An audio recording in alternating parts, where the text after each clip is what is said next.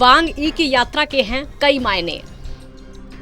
भारत दौरे पर आए चीन के विदेश मंत्री वांग यी ने शुक्रवार को राष्ट्रीय सुरक्षा सलाहकार अजीत डोभाल से मुलाकात की। इस मुलाकात के दौरान दोनों देशों के बीच लंबे समय से जारी सीमा विवाद पर व्यापक चर्चा हुई।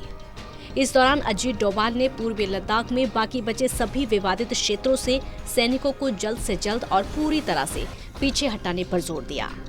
वहीं वांग ने अजीत डोभाल से कहा कि चीन भारत का सम्मान करता है और दोनों देशों को एक दूसरे के विकास को सकारात्मक तरीके से देखना चाहिए।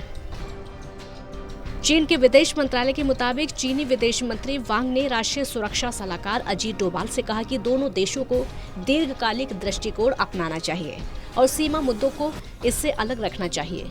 उन्होंने कहा कि दोनों देशों को एक दूसरे के विकास को सकारात्मक तरीके से देखना चाहिए। चीन एक ध्रुवीय एशिया नहीं चाहता, वो क्षेत्र में भारत की पारंपरिक भूमिका का सम्मान करता है। दक्षिण एशिया में +1 परियोजना के लिए रास्ता खुला है। पीएम मोदी से मिलना चाहते थे चीन के विदेश मंत्री। आपको बता दें कि अचानक भारत दौरे पर आए चीन के विदेश मंत्री वांग ने प्रधानमंत्री नरेंद्र मोदी से मिलने का प्रस्ताव पेश किया था। हालांकि प्रधानमंत्री कार्यालय की तरफ से इसके लिए इनकार कर दिया गया। भारत ने चीन के अधिकारियों को बताया कि प्रधानमंत्री शुक्रवार को व्यस्त हैं क्योंकि उन्हें सीएम योगी आदित्यनाथ के शपथ ग्रहण समारोह में शामिल होने लखनऊ जाना है। डोभाल को चीन दौरे के लिए किया आमंत्रित।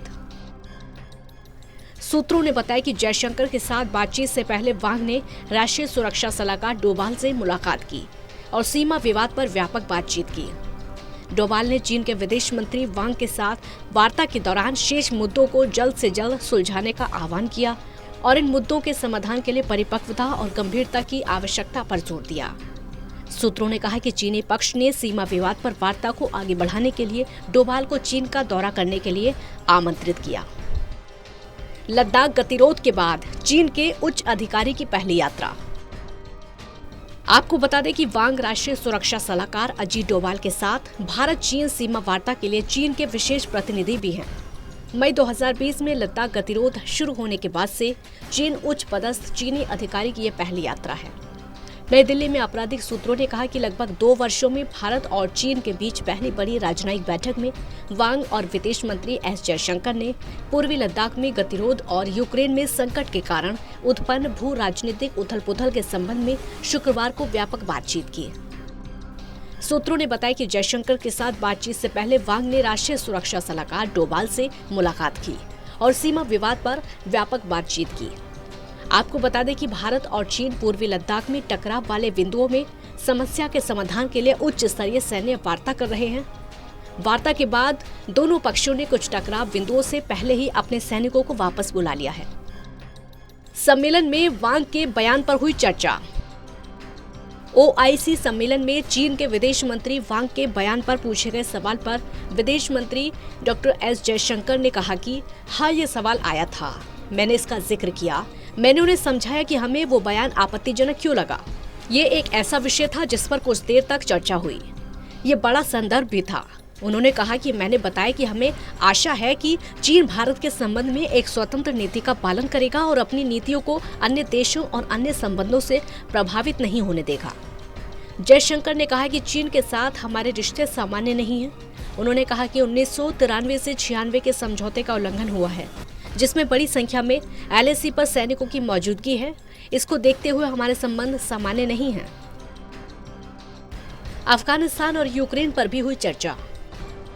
एस जयशंकर ने कहा कि अप्रैल 2020 में चीन की गतिविधियों की वजह से भारत और चीन के बीच रिश्तों में खलल पड़ गया था।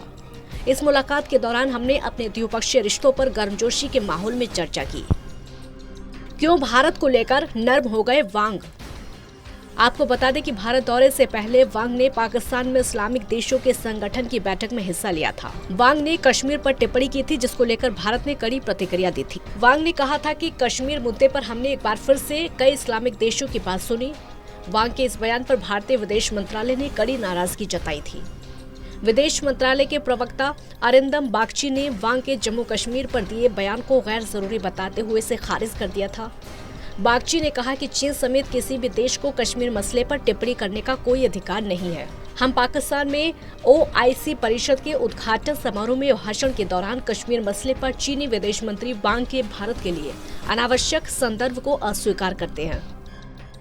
भारत और चीन के बीच रिश्तों में खटास।